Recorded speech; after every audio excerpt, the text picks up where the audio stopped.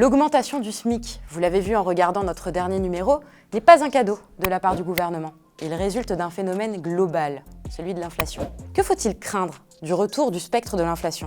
Face à l'envolée des prix, les gouvernements et les banques centrales vont devoir très rapidement changer de stratégie. Les promesses électorales sont de retour avec cette période de présidentielle qui s'ouvre. À gauche, le candidat de la France Insoumise, Jean-Luc Mélenchon, a déjà présenté son programme. Loi sociale d'urgence, augmentation du SMIC, année blanche pour les profits du CAC 40, 50 milliards d'euros pour financer la création d'emplois. Le candidat qui avait fait 19% lors de la dernière élection présidentielle entend bien cette fois accéder au second tour. Sur le plan économique, que faut-il retenir de Jean-Luc Mélenchon? Ces propositions sont-elles réalistes? Nous revenons dessus dans l'émission. Présidentielle toujours, c'est officiel, Anne Hidalgo sera la candidate du Parti socialiste en 2022. Après la présidence Hollande, qui a conduit à un éclatement interne du parti et le résultat catastrophique des élections en 2017 avec Benoît Hamon, tout est à reconstruire au PS. La maire de Paris entend renouer avec les Français en présentant des mesures très ancrées à gauche et la première d'entre elles serait de doubler le salaire des enseignants en France. Faudrait arriver à se fixer cet horizon, bien sûr, qui est celui des pays qui réussissent d'ailleurs, y compris dans leur système d'éducation. Aujourd'hui, vous savez qu'il y a dans beaucoup de concours de professeurs très peu de gens qui se présentent, beaucoup moins qu'il n'y avait quelques années, parce que ce sont des métiers qui ne sont plus valorisés, qui sont des métiers très difficiles, sur lesquels on fait poser beaucoup de responsabilités. Paris gagnant ou peine perdue? On décrypte dans ce nouvel épisode de l'Instant Porcher.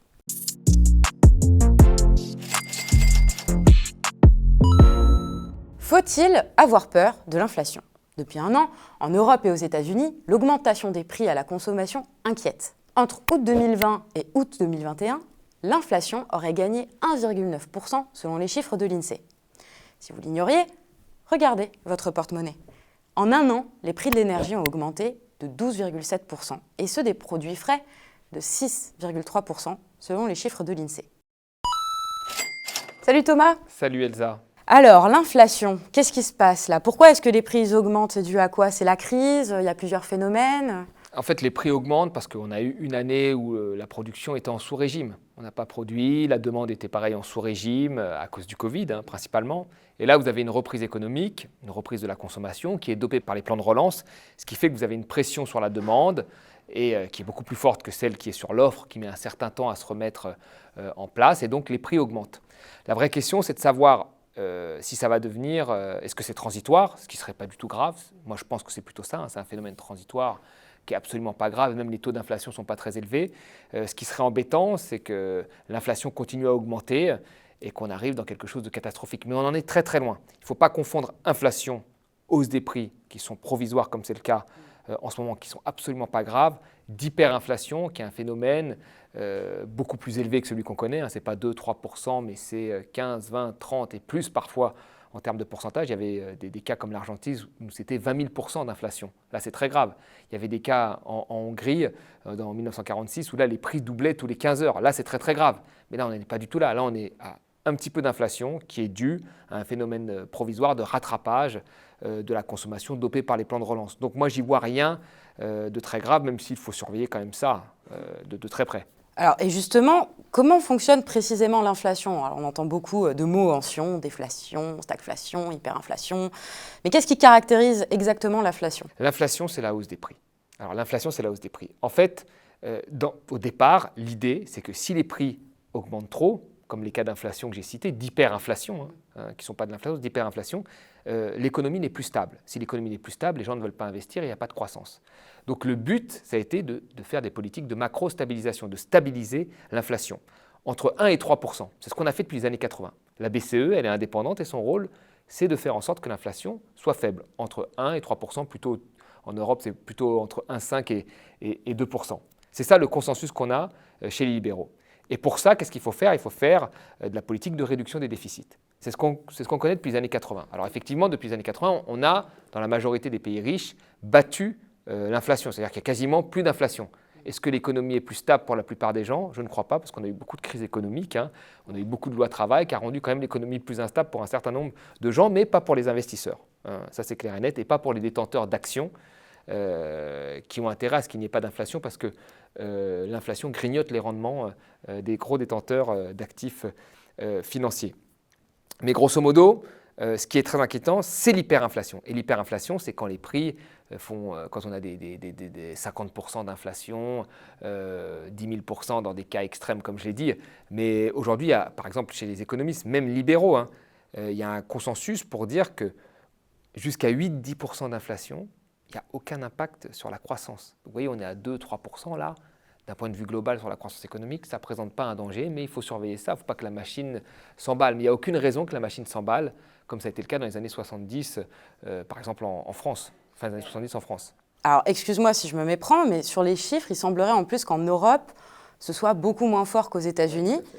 Comment ça se fait? Est-ce qu'on a des mécanismes pour tenter l'équilibre? En fait, en Europe, c'est moins fort qu'aux États-Unis, tout simplement parce que l'impulsion budgétaire, le plan de relance, est moins fort. En France, c'est beaucoup moins fort qu'aux États-Unis, parce que le plan de relance est moins fort. Voilà, c'est tout. En fait, l'inflation, bon, en dessous de 10%, je vous l'ai dit, c'est un phénomène qui est parfaitement normal, mais qui reste à surveiller. Mais l'hyperinflation, c'est quand l'économie est en surchauffe. C'est vraiment qu'elle est au-dessus de son point, comme aiment bien dire les libéraux, d'équilibre de marché. Voilà. C'est quand elle est en surchauffe. Quand on voit les taux de chômage, en France, 5 millions de chômeurs, on est loin d'être en surchauffe. Quand on voit le taux d'emploi des gens, c'est 65% en France, on est loin d'être en surchauffe. Quand on voit le sous-emploi, c'est-à-dire les gens qui voudraient travailler plus mais qui n'y arrivent pas, on est loin d'être en surchauffe. Donc là, dire que l'inflation que l'on vit là est due à une surchauffe de l'économie due au plan de relance, non, c'est dû au fait que l'économie repart, qu'elle repart rapidement grâce au plan de relance. Ça va probablement être provisoire, mais on est loin d'avoir cette hyperinflation. Donc moi, j'ai très peur que quand on entend les dirigeants d'institutions ou politiques agiter le chiffon de l'inflation en disant « attention, c'est très grave », que ce soit une raison pour justement casser les plans de relance et arrêter le soutien de l'activité. Donc il ne faut pas que ça devienne, ce qui a été le cas ces 30 dernières années, il ne faut pas que l'inflation devienne un épouvantail comme la dette publique l'a été à un moment, pour éviter de faire les investissements nécessaires dont on a besoin dans le service public. Donc là, il n'y a aucun risque d'hyperinflation. Pourquoi est-ce qu'il y a des économistes alors qui s'en inquiètent? Il n'y a pas aucun risque, il y a toujours, mais il faut surveiller ça. Voilà, je ne vais pas vous dire, il faut surveiller ça. Là, on est à 3-5% peut-être aux États-Unis, ça reste encore très convenable. On n'a pas les mêmes conditions que dans les années 70, parce que dans les années 70, on a eu l'inflation à 15% parfois en France, vous voyez, très élevé. Mais il y avait des conditions particulières. Les conditions particulières, c'était qu'on avait beaucoup moins de chômeurs déjà, il y avait un pouvoir syndical plus fort qui pouvait négocier les hausses de salaire, parce que, en fait, quand la boucle s'enclenche, hausse des prix, hausse des salaires, hausse des prix, hausse des salaires, ça peut aller très haut parfois. C'est ça qui déclenche, qui peut faire de l'hyperinflation. Mais on en est très loin de ça. Vous voyez, aujourd'hui, on a quand même des marges de rattrapage très fortes à prendre avant que l'économie soit en surchauffe. On en est très loin, on a 5 millions de chômeurs. Donc, agiter tout de suite l'inflation, non, il faut la surveiller. Elle est à 3%, c'est rien du tout, enfin 2% même, c'est absolument rien du tout. On a de la marge, voilà. Le seul problème qu'il y a, c'est la question qui se pose avec cette inflation sur des prix, notamment de première nécessité, c'est l'impact que ça a sur les bas salaires, voilà. D'un point de vue macroéconomique, il n'y a pas d'impact sur la croissance, là on peut arrêter de s'inquiéter, mais il faut surveiller les indicateurs quand même. Et sur l'aspect microéconomique, c'est-à-dire la part des dépenses contraintes qui vont augmenter chez les bas salaires, là il va falloir donner un coup de pouce aux bas salaires. Et il y a beaucoup de libéraux qui vont dire « mais si vous donnez le coup de pouce aux bas salaires, ça fait prix qui augmente, salaire qui augmente, c'est la boucle, la fameuse boucle inflationniste. » Mais là, on en est très loin, donc on peut donner un coup de pouce au bas salaire également. Et on a eu des épisodes hyperinflationnistes récemment Non, pas depuis les années 80. L'inflation a été vaincue, et donc la stabilité, les politiques de macro-stabilisation ont gagné, avec cette promesse que cette stabilité allait entraîner de l'investissement et de la croissance. On a eu la stabilité sans l'investissement ni la croissance. Donc il faut arrêter, l'inflation, c'est un élément à surveiller parmi tant d'autres, mais ça ne peut pas être l'élément central d'une politique économique. À quoi on peut s'attendre comme réaction de la part des banques centrales et des gouvernements qui agitent un peu ce spectre-là? Chez les libéraux, comme je l'ai dit, l'inflation est importante, il fallait la vaincre, il fallait qu'elle soit entre 1 et 3%. Moi, j'ai très peur que, je vous l'ai dit, comme la dette, aujourd'hui, on se rend compte que c'est moins un problème, puisque tous les pays ont augmenté leur dette. On nous avait dit, vous vous rendez compte, on nous avait dit, à 100% de dette, on serait tous morts. On a eu 100% de dette avant la crise du Covid, rien ne s'est passé. On a 120% de dette, finalement rien ne se passe.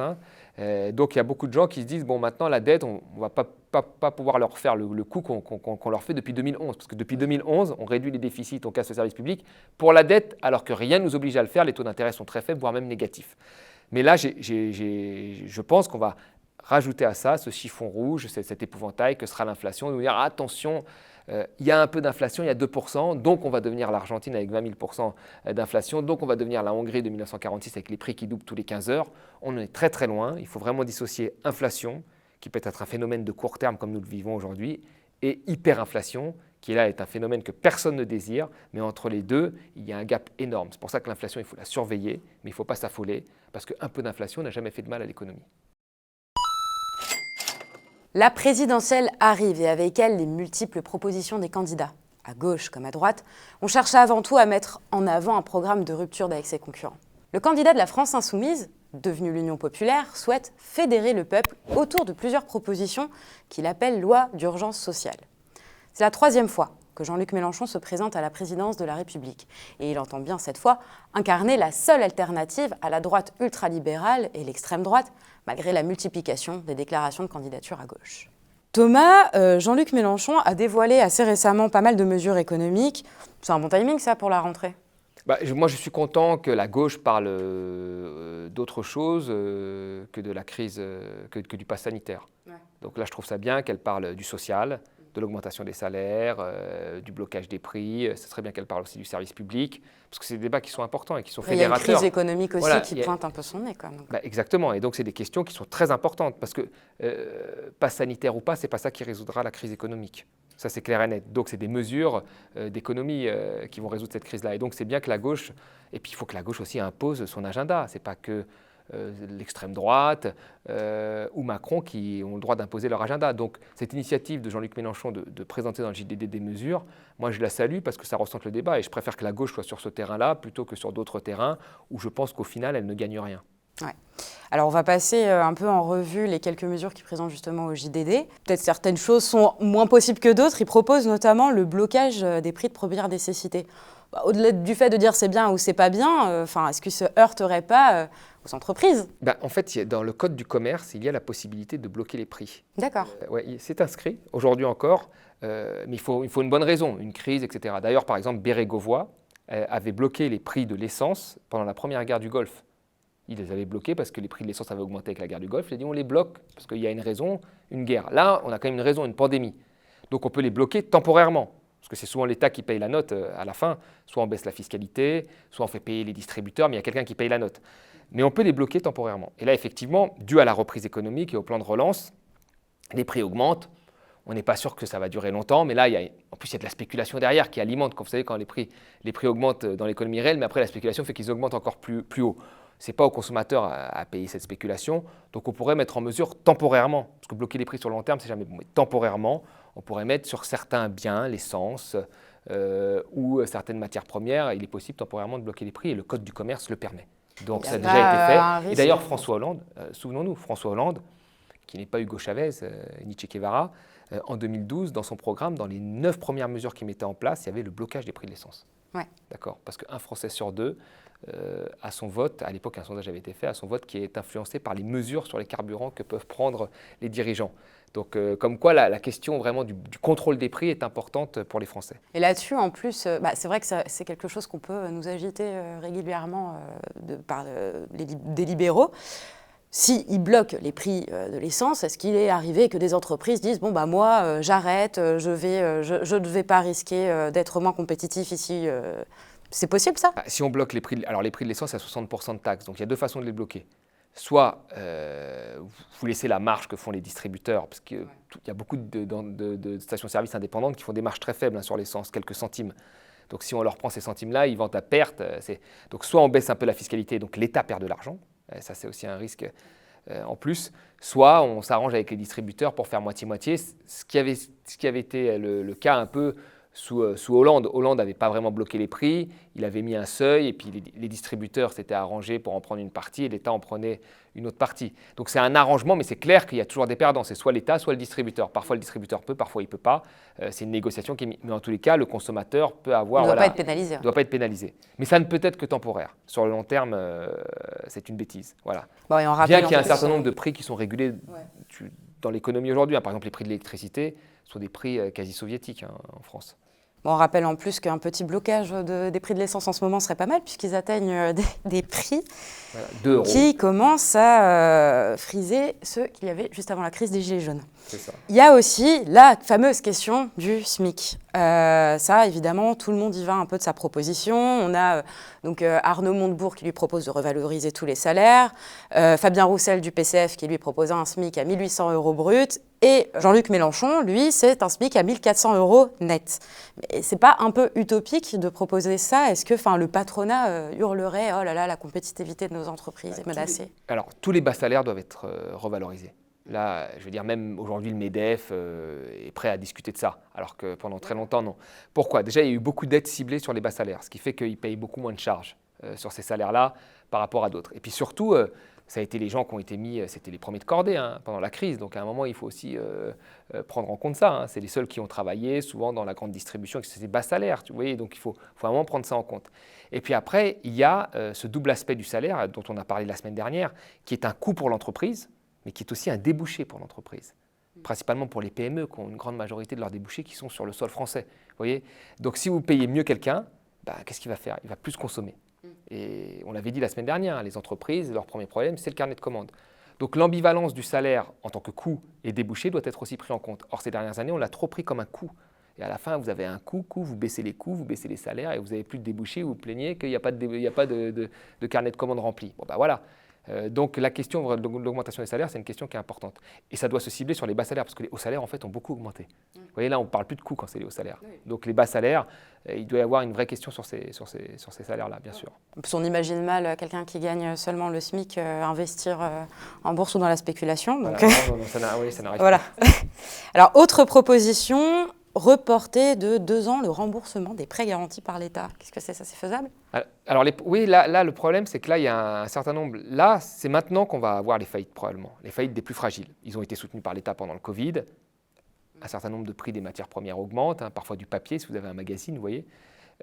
Et d'un seul coup, les aides, les prêts garantis, on vous demande de rembourser. Si l'activité ne suit pas, comment voulez-vous rembourser? Vous ne pouvez pas, et vous faites faillite. Donc là, c'est très délicat. Ceux qui ont de la trésorerie, eux, c'est tranquille. Mais ceux qui sont juste la tête au-dessus de l'eau, là, il est possible qu'ils boivent la tasse, parce que l'activité n'est pas complètement encore repartie. Donc parfois, ça peut se jouer à quelques mois. Il faut attendre que le plan de relance fasse ses effets. Voilà, que le plan de relance fasse ses effets, qu'on ait un peu, que le Covid soit stabilisé. Donc est-ce que ça vaut le coup parfois d'attendre quelques mois pour une entreprise? Moi, je pense que oui. Il ne faut pas être trop rapide dans la fin du quoi qu'il en coûte. Alors là, ils le font progressivement, mais il ne faut pas être trop rapide. Donc sur ces prêts-là, les premiers qui vont trinquer, ce seront les plus fragiles, les petites entreprises. Voilà, celles qui reprennent et qui étaient déjà, je veux dire, limite, parfois qui ont 3, 4, 5 salariés quand même, vous voyez, et qui là vont devoir fermer et licencier des emplois. Donc les faillites peuvent arriver si on arrête ces aides trop rapidement. Et alors, autre proposition qui risquerait peut-être de faire hurler sur les plateaux de télévision, réquisition de tout ce qui excède la production moyenne des biens du CAC 40. Oui. Alors, pareil, alors comme ça, effectivement, on se dit, mais c'est pas possible et tout, mais quand on regarde l'histoire, vous voyez, dans les années 70 aux États-Unis, les prix du pétrole ont augmenté avec les chocs pétroliers, très fortement. Les multinationales du pétrole américain, qui étaient les plus puissantes, qui finançaient des campagnes et tout, qui étaient les entreprises les plus puissantes, ont fait un surprofit. Comme elles vendent du pétrole, le profit a augmenté. Qu'ont fait les Américains, pays libéral, ils ont taxé le surprofit. Ils ont dit là, vous profitez d'un effet d'aubaine, nous allons le taxer. Vous voyez?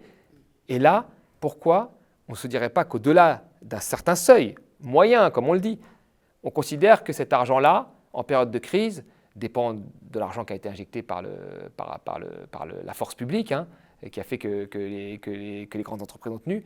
Et donc, en période de crise, on peut en récupérer une partie. C'est une question qui doit se poser économiquement. Et ça a déjà été fait ce n'est pas des questions qui viennent, c'est pas des choses qui viennent du Venezuela, c'est des choses qui ont été faites aux États-Unis, encore une fois, je vous le dis, dans les années 70. Donc, c'est des questions qui se posent. Se dire qu'à un moment, temporairement, je parle bien temporairement, dans une période de crise, alors que ces économies sont sous perfusion publique, au-delà d'un certain montant, il faut récupérer cet argent pour le réinvestir ailleurs, notamment dans un meilleur partage des salaires ou dans l'investissement. Moi, je trouve ça plutôt logique. C'était devenu un secret de polichinelle, c'est désormais officiel. Anne Hidalgo sera la candidate du Parti socialiste en 2022. Le 15 septembre dernier, l'actuel maire de la capitale a publié cet ouvrage, Une femme française, dans lequel elle livre réflexions, confidences, mais surtout axes programmatiques. L'une des propositions a particulièrement retenu l'attention des observateurs. Si elle accède un jour à l'Élysée, Anne Hidalgo compte bien doubler le salaire des professeurs. Les relations entre le Parti socialiste et les enseignants ne sont plus au beau fixe depuis une date assez précise, le 24 juin 1997. Ce jour-là, alors ministre de l'Éducation nationale sous le gouvernement Jospin, Claude Allègre, en réunion avec des syndicats d'enseignants, déclare qu'il faut dégraisser le mammouth. Le ministre s'est ensuite évertué à nier le lien entre cette déclaration et le corps des enseignants, mais le mal était déjà fait, et la rupture d'ores et déjà consommée. Traditionnellement à gauche, le vote des enseignants est devenu pratiquement indispensable, et les promesses ne manquent pas. Anne Hidalgo tente-t-elle renouer enfin avec le corps enseignant avec cette mesure? Et surtout, serait-ce possible, à droite comme à gauche? Jugée irréalisable, cette proposition a provoqué de nombreux ricanements. Alors Thomas, doubler le salaire des profs. Sur le papier, on est plutôt sur quelque chose qui devrait pas trop faire hérisser le poil. Aujourd'hui en France, on a quand même les profs les moins bien payés d'Europe. Oui. Ils ont connu des baisses considérables de leur pouvoir d'achat depuis les années 80. C'est un métier qui devient de plus en plus difficile. Ce serait formidable de doubler leur salaire. Oui, tout à fait. Alors, avant de te répondre déjà, je vais revenir un peu sur Hidalgo et je répondrai à ta question, c'est important. Anne Hidalgo, malgré tout, il ne faut pas oublier, parce que beaucoup de gens ricanent de sa candidature à gauche, mais il ne faut quand même pas oublier qu'elle avait un projet pour Paris, qui a été beaucoup critiqué, qu'à un moment, tout le monde pensait qu'elle allait perdre et qu'elle a quand même regagné la mairie de Paris et qu'elle continue son projet. C'est-à-dire que quand elle s'est fixé un objectif, finalement, elle garde le cap parce qu'elle n'a pas changé grand-chose entre son projet du premier mandat et ce qu'elle veut faire au deuxième mandat, là. C'est-à-dire des pistes cyclables, des travaux, etc. Et elle tient tête, ce qui est bien en politique, ce qui est une qualité. Ça, il faut lui reconnaître. Donc, faut jamais sous-estimer Anne Hidalgo, moi, je pense. Parce que même quand on a cru que c'était fini, finalement, elle a continué à gagner. Ça, il faut le dire. Maintenant, sur la proposition, moi, il y a un truc que je ne comprends pas. C'est comment on peut être aussi bien entouré qu'Anne Hidalgo et sortir une proposition comme ça tout en disant qu'on ne l'a pas chiffrée et qu'on la chiffrera plus tard, ce qui ne fait absolument pas sérieux. Ça veut dire que là, ça a été fait entre 3 communicants sur un coin de table qui lui ont dit allez, les profs, c'est des gens qui votent à gauche, c'est des oubliés, c'est vrai, du service public, on va doubler comme ça tous les salaires des profs. Il y a 800 000 enseignants. D'accord ? Il y en a 300 000 qui sont des assistants d'enseignants, qui sont parfois dans la classe avec les enseignants. Ouais. Vous n'allez pas doubler que les enseignants sans les assistants, c'est humiliant. Enfin, vous voyez, donc ça fait plus d'1 million de personnes. D'accord ? Il faut doubler leur salaire. C'est quoi ? C'est un chiffre qui va être entre... C'est du 50 milliards minimum. Non, mais vous vous rendez compte, 50 milliards. Alors, Anne Hidalgo, elle veut faire la transition écologique. Il y a le personnel soignant, il y a la rénovation des bâtiments. Enfin, je ne sais pas... tout ça, ça fait quand même pas mal. Au final, ça fait une enveloppe globale de combien ? Non, mais parce que c'est ça qu'il faut, c'est ça qui intéresse les gens. Soit c'est que cette mesure-là, soit c'est tout. Et moi, j'ai très peur que ça fasse un petit peu ce qui s'est passé avec Benoît Hamon. C'est-à-dire au début, il dit le revenu universel, il fallait assumer jusqu'au bout. Mais c'était un coût qui était énorme, un coût budgétaire énorme. Ça a été très critiqué, le revenu universel. Voilà, mais lui, c'était son idée, phare. Autant qu'il aille jusqu'au bout. Moi, qu'on soit pour ou contre. Mais comme il a vu que c'était une enveloppe budgétaire forte, il a commencé à couper à droite à gauche, à faire en sorte que ce soit, on ne savait plus après si c'était un RSA amélioré ou un revenu universel. Et puis surtout après, les mesures d'à côté devaient être contraintes à des économies budgétaires parce qu'ils avaient mis tellement sur le revenu universel qu'ils ont dit, tu sais, on veut être crédible parce que dans la tête quand même surtout du centre-gauche ou du PS, il y a cette obsession des budgets hein, malgré tout, hein, qui reste là, surtout chez les cadres dirigeants du parti, je ne vais pas citer de noms, hein, qui sont souvent dans les cabinets, etc., qui eux ont fait Sciences Po, l'ENA, et donc ils ont été formés avec le respect du cadre budgétaire européen. Et donc comme ils avaient mis beaucoup sur le revenu universel, il ne fallait plus rien mettre à côté. Et donc à la fin, il paraissait mou.